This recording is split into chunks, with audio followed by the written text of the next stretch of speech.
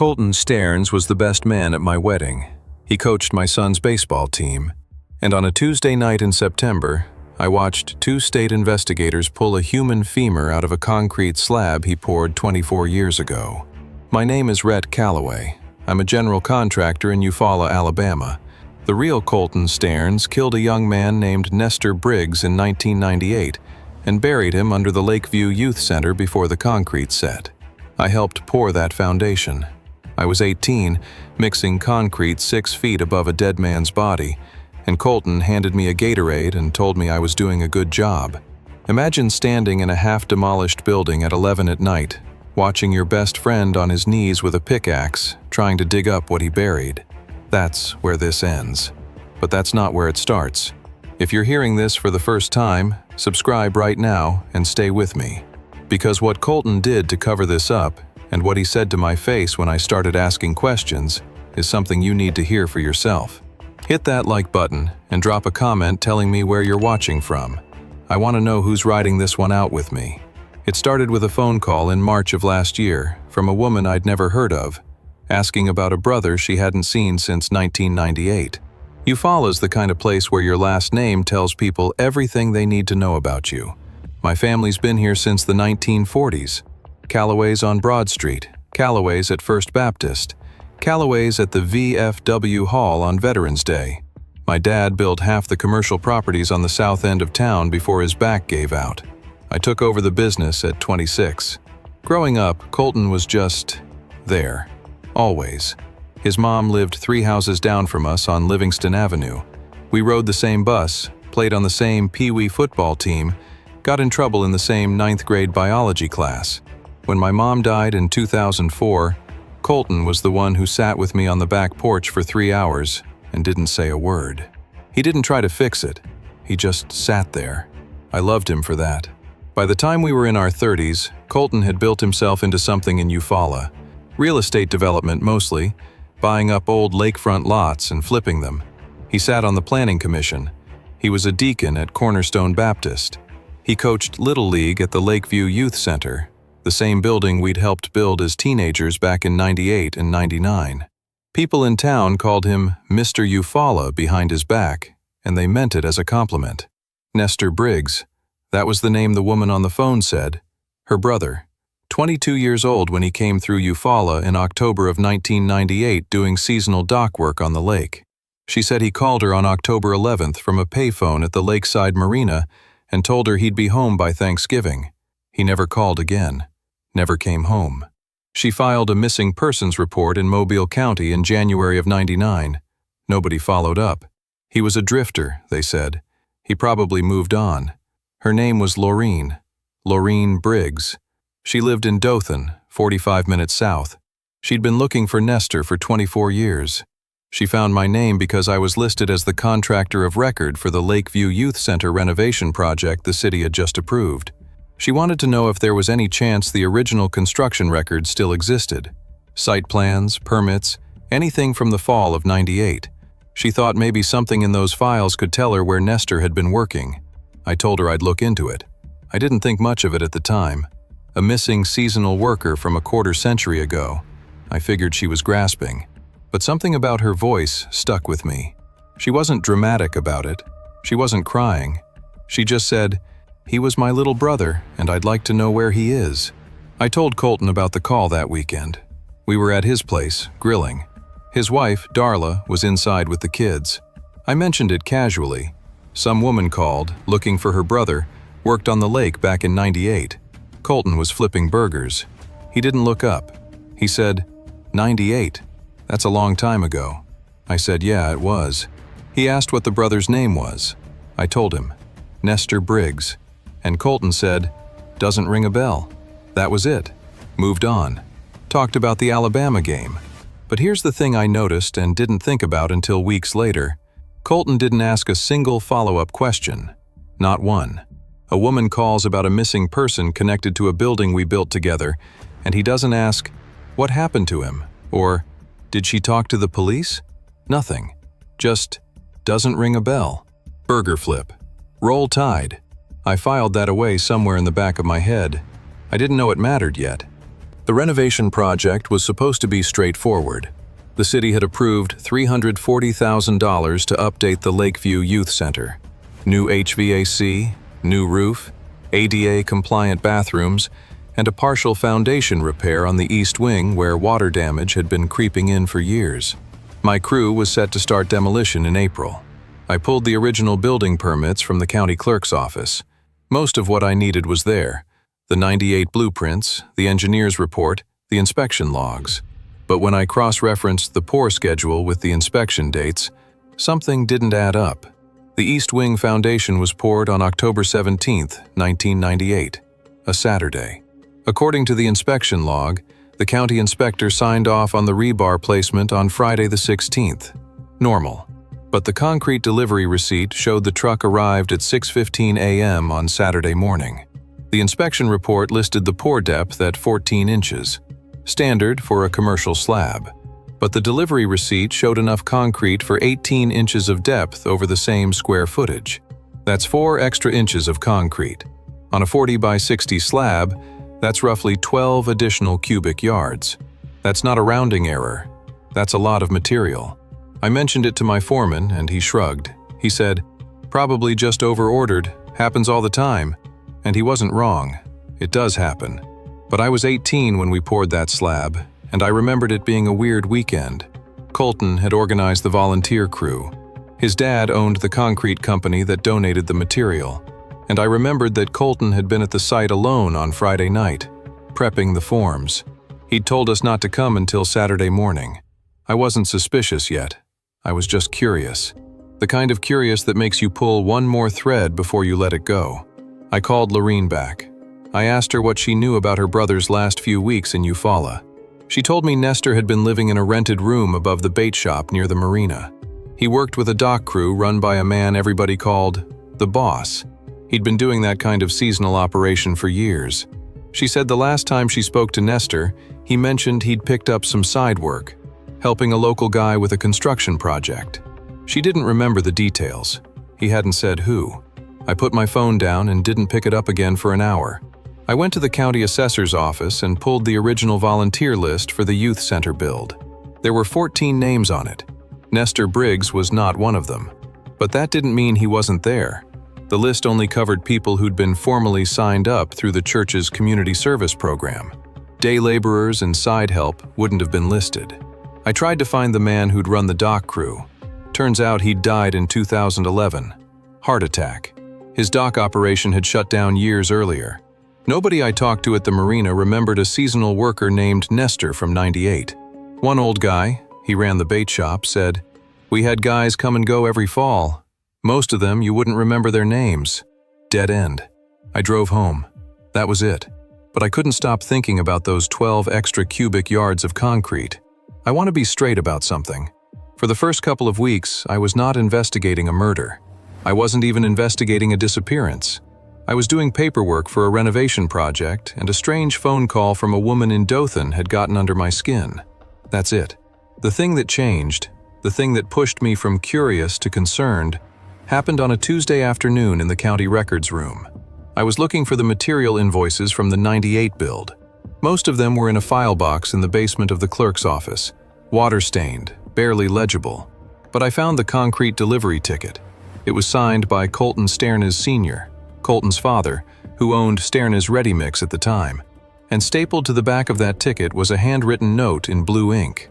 It said, "Extra 12 yards, per CS Jr. personal. CS Jr., Colton Sternes Jr., my Colton." That note meant Colton had personally requested 12 additional cubic yards of concrete on October 16, 1998, the night before the pour, the night he was at the site alone. I sat in my truck in the parking lot for a long time after that. I didn't call anyone. I didn't know what to do with it. It was just a note on a delivery ticket. It could mean anything. He could have been building something for his dad. He could have miscalculated the forms and needed more. There were a dozen explanations that didn't involve a missing person. But none of those explanations answered why he'd asked for it personally, in writing, the night before, and never logged it with the rest of the project materials. I made a decision that I still think about. I decided not to tell Colton what I'd found. I told myself I just needed a little more information before I brought it up, but I think I already knew something was wrong, and I was scared of what he'd say. The false lead came a week later.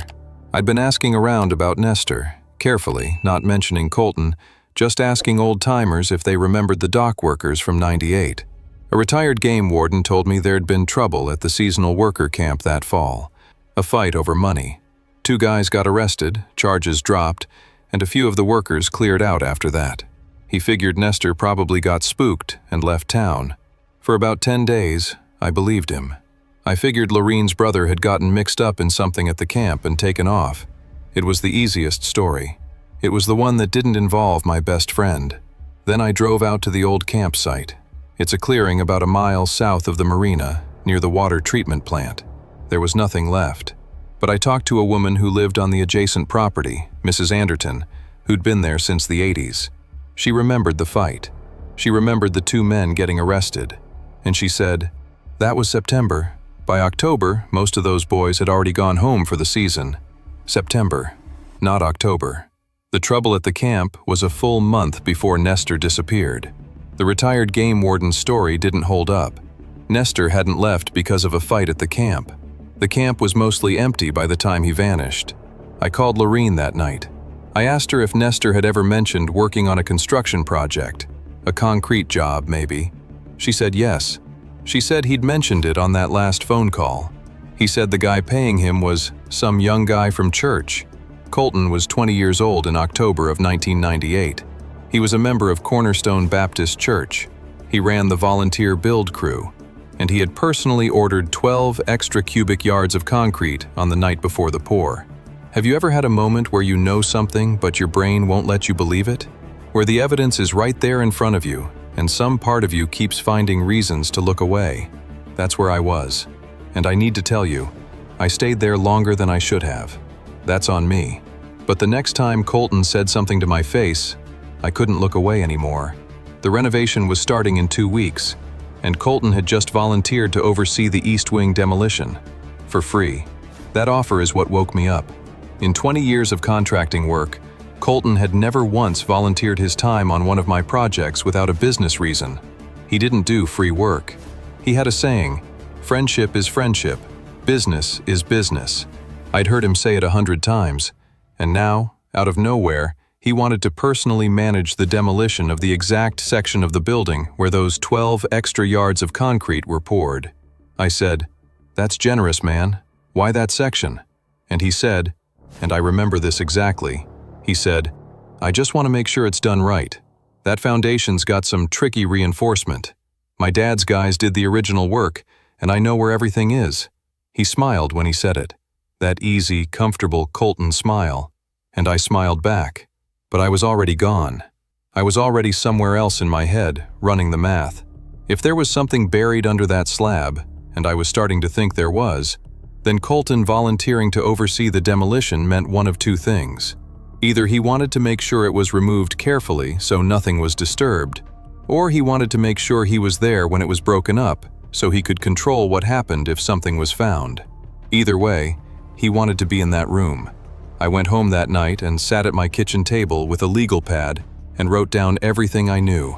The extra concrete, the delivery note, Nestor's phone call about a construction job with a young guy from church, the empty dock camp, Mrs. Anderton's timeline correction, Colton's 0 follow-up questions when I first mentioned Nestor's name, and now the volunteer offer.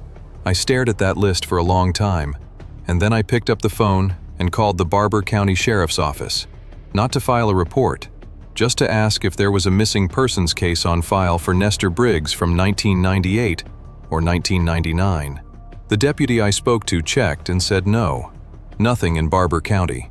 The report Lorene filed was in Mobile County. It had never been forwarded, never investigated locally.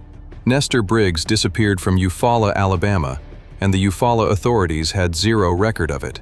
24 years, nothing. That was the night I realized I couldn't do this alone, and I couldn't keep it quiet.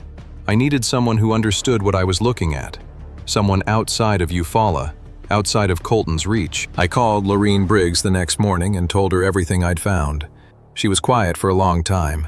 Then she said, I knew he didn't just leave. I've always known. She told me she had something. A box of Nestor's things that their mother had kept. Letters, a few photographs, his old wallet that he'd mailed home a week before he disappeared because his new one had arrived. And inside that wallet was a business card, handwritten. It said, Colton S. Youth Center Project, with a phone number. Nestor had Colton's business card in his wallet, a card that connected him directly to the construction project, a card that proved Colton knew him. Doesn't ring a bell. That's what Colton told me at the grill. Doesn't ring a bell. He lied to my face, over burgers, while his kids played in the yard.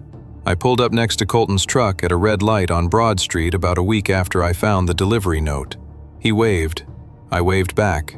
My hands were shaking on the steering wheel, and I was smiling at the man I was starting to believe had killed somebody. I did not go to the police. Not yet. I didn't trust that a 24-year-old missing persons case with circumstantial evidence would be taken seriously, especially when the person I was accusing sat on the city's planning commission and played golf with the county prosecutor every Thursday. Instead, I did something that felt insane at the time and turned out to be the smartest thing I could have done.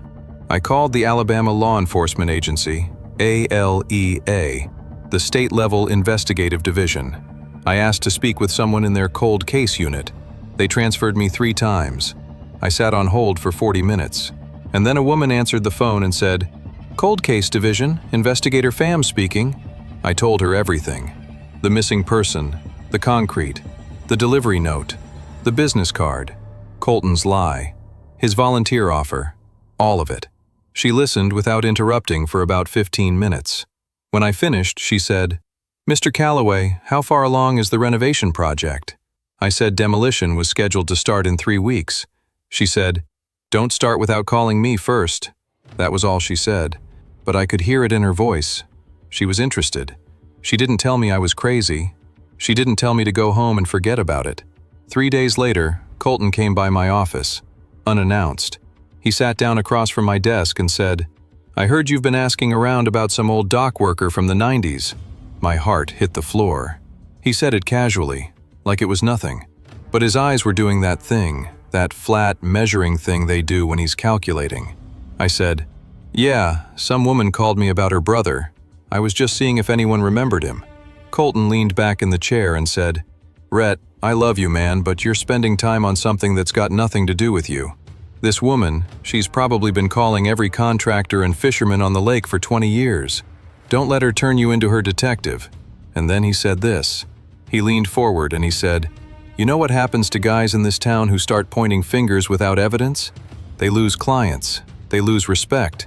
I'd hate to see you go down that road over some stranger's sob story. That was the first time Colton threatened me. He didn't raise his voice. He didn't make a fist.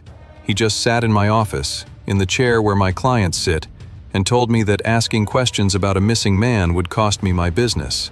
I said, I hear you. And he said, Good. And he left. Wait, I skipped something. Before that meeting there was… Actually no, that was after. Let me keep going. I called Investigator Pham that afternoon. You ever have someone sit across from you? Someone you've known your whole life? And realize you're looking at a stranger? I'm not being dramatic, I mean it literally. The face was the same. The voice was the same. But the person behind it, I didn't recognize him. And the thing that scared me, the thing I still haven't shaken, is wondering if my own judgment is broken. If I could be that wrong about someone for that long, what else have I been wrong about? That thought kept me awake more than anything Colton said. If you're at this point in the story and you're wondering what you would have done, whether loyalty to a lifelong friend outweighs what the evidence is telling you, I want to hear it. Drop it in the comments because I think most people have never had to answer that question for real. And what Pham found next is the thing that made the question irrelevant. Investigator Pham, her first name was Mai, but she told me to call her Pham, drove to Eufaula the following week. She didn't come to my office. She didn't come to my house. We met at a gas station off Highway 431, 12 miles outside of town, in the parking lot behind the car wash. She drove an unmarked gray sedan. She was maybe 50, short hair, no jewelry, no small talk.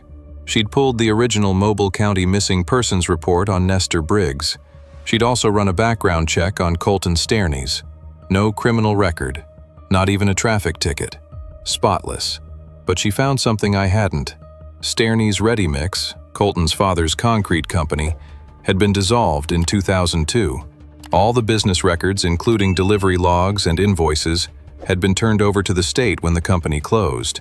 Most of it was in a warehouse in Montgomery.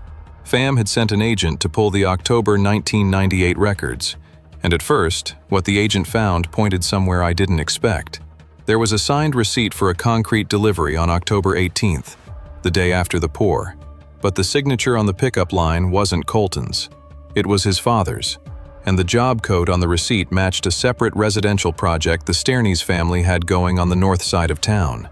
For about 30 seconds, I thought maybe the extra concrete had nothing to do with the youth center at all. Then Fam flipped the page. Stapled behind that receipt was a second delivery ticket. Same date, same truck, different load. This one showed an additional 5 cubic yards of concrete delivered to the youth center site on Sunday, October 18th. Not on the original order, not invoiced, paid in cash, and the notation on the ticket said, C.S. Jr., personal pickup. 17 extra cubic yards total. That's not over-ordering. That's burying something. Fam looked at me across the hood of her car and said, I'm going to request a ground-penetrating radar scan of the East Wing Foundation before your renovation starts. I need you to delay the demolition. I said I'd need a reason to give the city. She said she'd handle it. She contacted the city engineer's office and flagged a structural concern that required additional assessment before demolition could proceed. It bought us 2 weeks. During those 2 weeks, Colton called me 4 times. Each call was casual on the surface, checking on the project timeline, asking when demo was starting, offering again to help with the East Wing. But underneath every call was the same question. When are you breaking that slab? The second call, something happened that I almost missed. Colton was going through his usual routine. Timeline questions, small talk.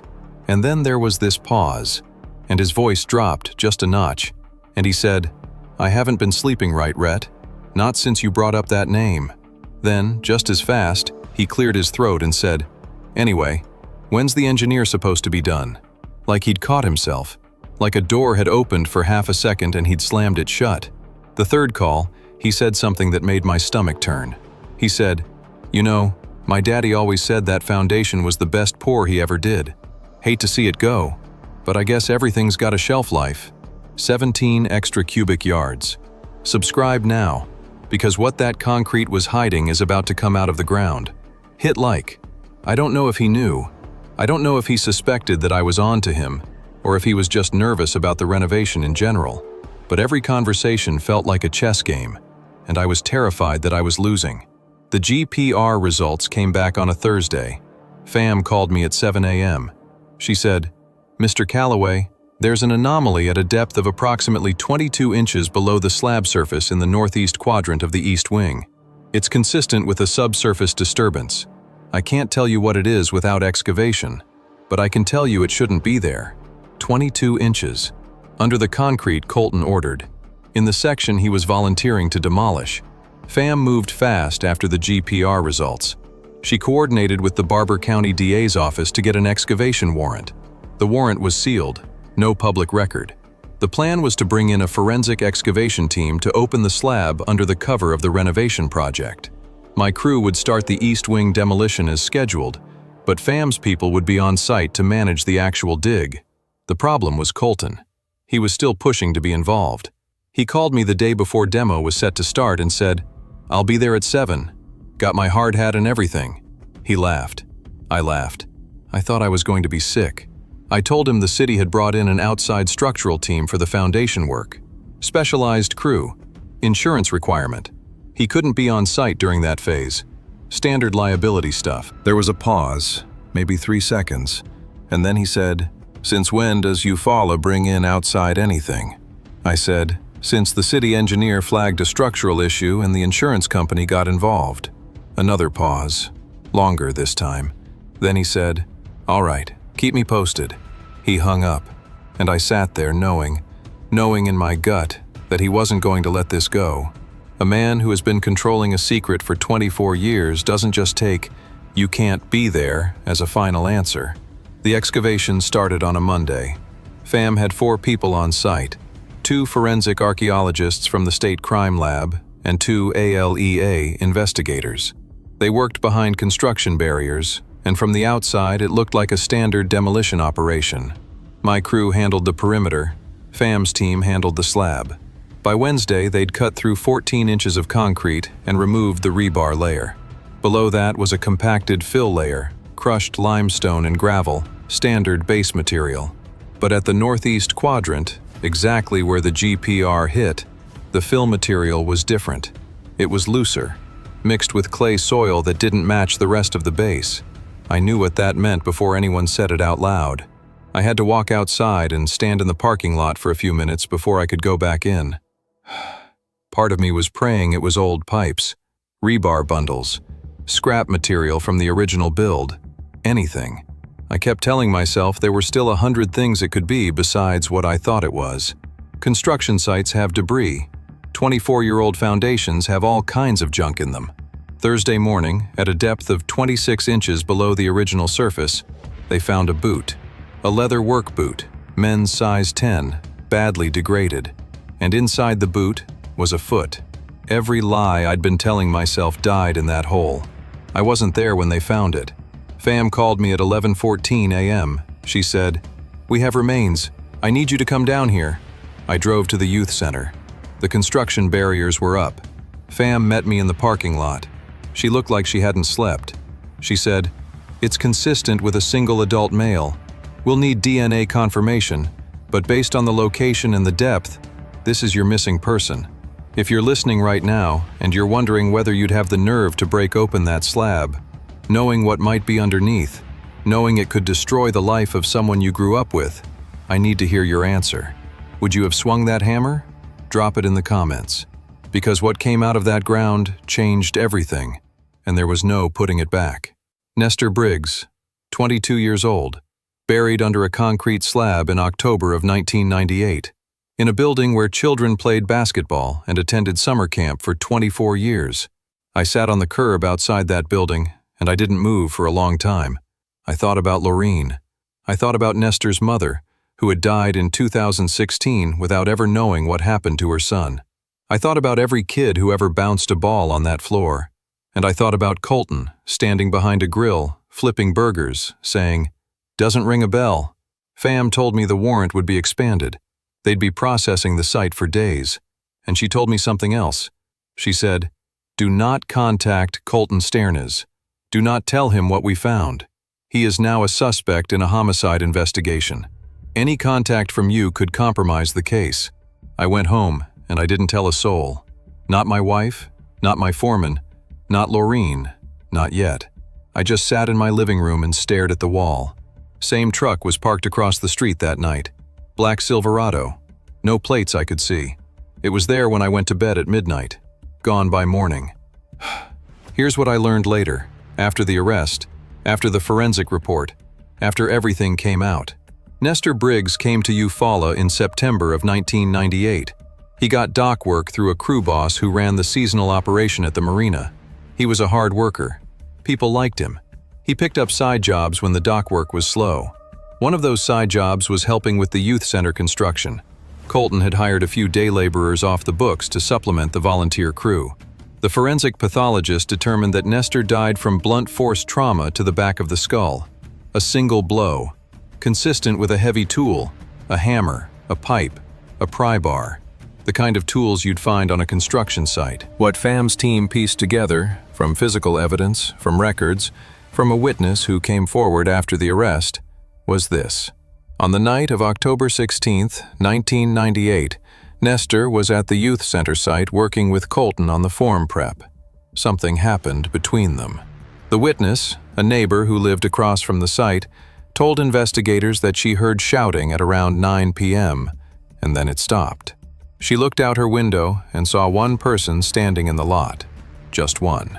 That neighbor was Mrs. Anderton, the same woman who'd corrected the dock camp timeline for me. She'd known something was wrong that night for 24 years. She'd heard it happen, and she never reported it because, and these are her words, it was dark, and I was a woman living alone, and the next morning, everything looked normal. Everything looked normal because Colton Sternis spent that night digging a grave in the base layer of the East Wing foundation, laying Nestor Briggs in it, and covering him with 4 inches of fill before the concrete truck arrived at 6:15 the next morning. 17 years old when I met him, 20 when he killed a man, 44 when he sat in my office and told me to stop asking questions. Colton taught my son to tie a fishing knot. He drove Mrs. Patterson to her chemo appointments every Tuesday for a year, and I can't. I'm sorry.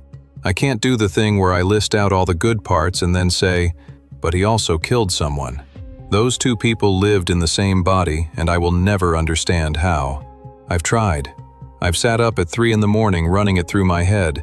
The man who held my shoulder at my mother's funeral is the same man who swung a tool at a 22-year-old kid and buried him in clay. I keep looking for the seam, the place where one Colton ends and the other one starts. There is no seam. The mask doesn't slip. You have to break the face underneath it to see what's real. The wisdom Fam gave me during those weeks, and I didn't appreciate it until later, was simple. She said, "You can't reason your way into understanding someone who did this. You can only follow the evidence and let the courts sort out the why." She was right, and I've held on to that. 3 days later, at 10:47 on a Tuesday night, Colton made his move. Fam had a plan. The investigation was moving through official channels. Forensic DNA confirmation was pending, and the expanded warrant covered Colton's financial records, phone records, and property. But Fam also knew that Colton was getting nervous. My crew being barred from the East Wing had spooked him. He'd driven past the site 3 times in 1 week. Fam's team had him on surveillance. The question was whether Colton would try to do something before an arrest warrant was issued. On Tuesday, September 12th, at 10:47 p.m., he did. Fam had placed a motion-activated camera inside the East Wing. The section was still open from the excavation, covered by tarps and construction fencing. The forensic team had completed their work and removed the remains, but the open dig site was preserved as a crime scene. I was at home when Fam called. She said, "He's at the site, right now. My team is moving." I drove to the youth center. I shouldn't have. Fam told me to stay home, but I couldn't. I had to see it. When I got there, 2 ALEA vehicles were already in the parking lot. The construction fencing around the East Wing had been cut open. The tarps were pulled back, and there was Colton, on his hands and knees in the excavation pit, in the dark, with a pickaxe and a headlamp, digging into the soil where Nestor's body had already been removed. He didn't know the remains were gone. He thought he was destroying evidence. He thought he could still fix it. The investigators approached from both sides. One of them said, "Colton Sternis, step away from the site." Colton looked up. His headlamp hit their faces, and I watched 24 years of careful construction. Every smile, every handshake, every "yes, sir," and "happy to help" collapse in about 3 seconds. He didn't run. He didn't fight. He just crumpled, sat down in the dirt. The pickaxe fell out of his hand. One of the investigators said, "You're under arrest for the murder of Nestor Briggs," and Colton looked past the investigators into the parking lot, and he saw me, standing by my truck, watching. He said my name, just Rhett, like he was asking a question. I didn't answer. I couldn't. He said, "How long have you known?" And I said, and this is the only thing I said to him that night, I said, "Long enough." Then the second thing happened, the thing I didn't expect, the thing that destroyed what was left of who I thought Colton was. When they cuffed him and walked him to the cruiser, Fam asked him a standard question. She said, "Do you understand the charges against you?" And Colton, the man I'd loved like a brother, looked at her and said, "That kid was nobody. He was a drifter. He would have been forgotten anyway." Nobody. He called him nobody. Nestor Briggs had a sister who spent 24 years looking for him, a mother who died waiting, and the man who killed him called him nobody. I stood in that parking lot and I felt something leave my body. Whatever hope I'd been holding on to, that there was an explanation, that it was an accident, that the Colton I knew was still in there somewhere, it was gone. Just gone. They put him in the back of the car. He didn't look at me again. The DNA results confirmed it within the week. The remains were Nestor Briggs. I was standing in my kitchen when Fam called with the confirmation, and I had to hold the counter because my legs went soft. Manner of death? Homicide. Colton Stearns was formally charged with second-degree murder and obstruction of justice. The Barber County DA added a charge of tampering with a crime scene based on the surveillance footage from the night of his arrest. Here's what happened after. Within 48 hours, Colton was removed from the Eufaula Planning Commission. Cornerstone Baptist Church released a statement saying they were deeply saddened and that Colton was no longer affiliated with the congregation. The Little League program at Lakeview suspended all activities pending investigation. The local paper ran the story on a Wednesday. By Friday, it was statewide news. By the following Monday, national outlets had picked it up. A man buries a body under a youth center and coaches children's baseball on top of it for 24 years. That's the kind of story that doesn't stay local. Colton's wife, Darla, filed for divorce within a month. She took the kids to her parents' place in Montgomery. I heard later that she'd had no idea. 23 years of marriage, 3 children, and she didn't know who she was married to. Colton's real estate holdings were frozen pending the criminal case. 3 active development projects stalled. His business partner dissolved their LLC and publicly distanced himself. By November, every sign bearing Colton's name in Eufaula had been taken down. The trial was set for the following spring. Colton pleaded not guilty. His attorney argued there was no direct physical evidence linking Colton to the act of killing.